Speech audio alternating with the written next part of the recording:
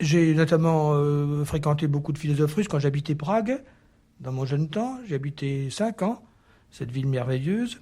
Et à cette époque-là, il y avait encore une université russe entretenue par le gouvernement tchécoslovaque, Panská ulice à Prague, dans laquelle enseignaient des professeurs qui, la plupart, sont morts maintenant ou dispersés, notamment Serge Gessen, Nicolas Losky, euh, Liatsky, Lapshin, des professeurs de littérature, Yakovenko, qui dirigeait une revue à Mariinske Lázně, qui s'appelait La Pensée russe, à laquelle je collaborais très souvent, et d'autres encore, dont les noms m'échappent maintenant. Et alors à Paris même, je me rappelle avoir connu Berdiaïev, avoir notamment assisté à des séances d'une académie qu'on appelait l'Académie spirituelle russe, Duchovny Akademie, qui se réunissait rue du Puitrin, dans le 6e, près de Carrefour d'Anton. Il y avait une petite salle là où se réunissaient ces philosophes, et des amis m'avaient amené là, et j'ai dû entendre Berdiaïev, Chestov, je ne me rappelle plus très bien qui, dans ces temps très lointains. Mais j'ai connu et un peu fréquenté Berdiaïev grâce à mon père, qui a traduit beaucoup de livres de Berdiaïev, et qui m'a emmené un dimanche à Clamart, où il habitait.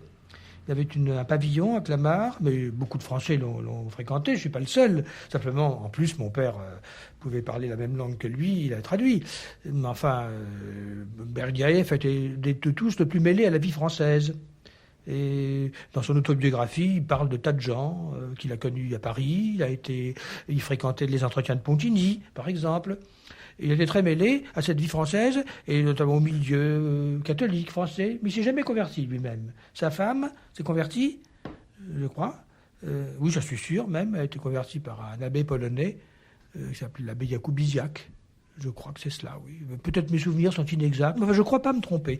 Et j'en suis sûr, parce que moi, je suis quand même allé à Clamart, et je ne jouais pas, je jouais plus au cerceau.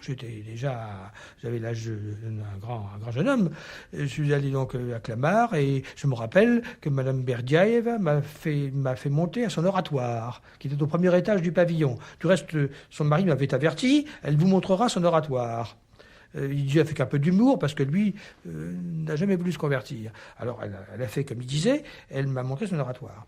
Et je me rappelle, la table ronde, le samovar, ou pas de samovar, je ne me rappelle plus s'il y avait encore son samovar, en tout cas le thé, puis la table ronde, comme chez les Russes, et puis on restait interminablement à table, on ne se levait pas de table, les Russes ne se lèvent pas de table, on reste, n'est-ce pas, autour de la table à causer, et c'était très russe, très, très agréable, très ouyoutni, c'est un mot qui veut dire familier, n'est-ce pas?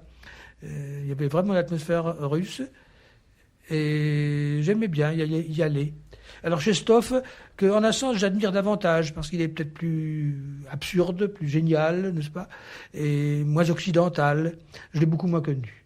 Il est mort avant d'abord, vers 36 par là, mais je l'ai vu chez Paul Boyer, rue de Lille, avec sa barbe de prophète, moins fréquenté, et je l'admire beaucoup.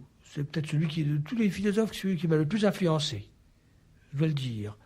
Je l'imite, quoi, j'ai fait le singe bien longtemps, n'est-ce pas? Je me croyais Chestov lui-même, Chestov réincarné. Et j'essaye d'avoir autour de moi des travaux sur Chestov, des étudiants, mais j'ai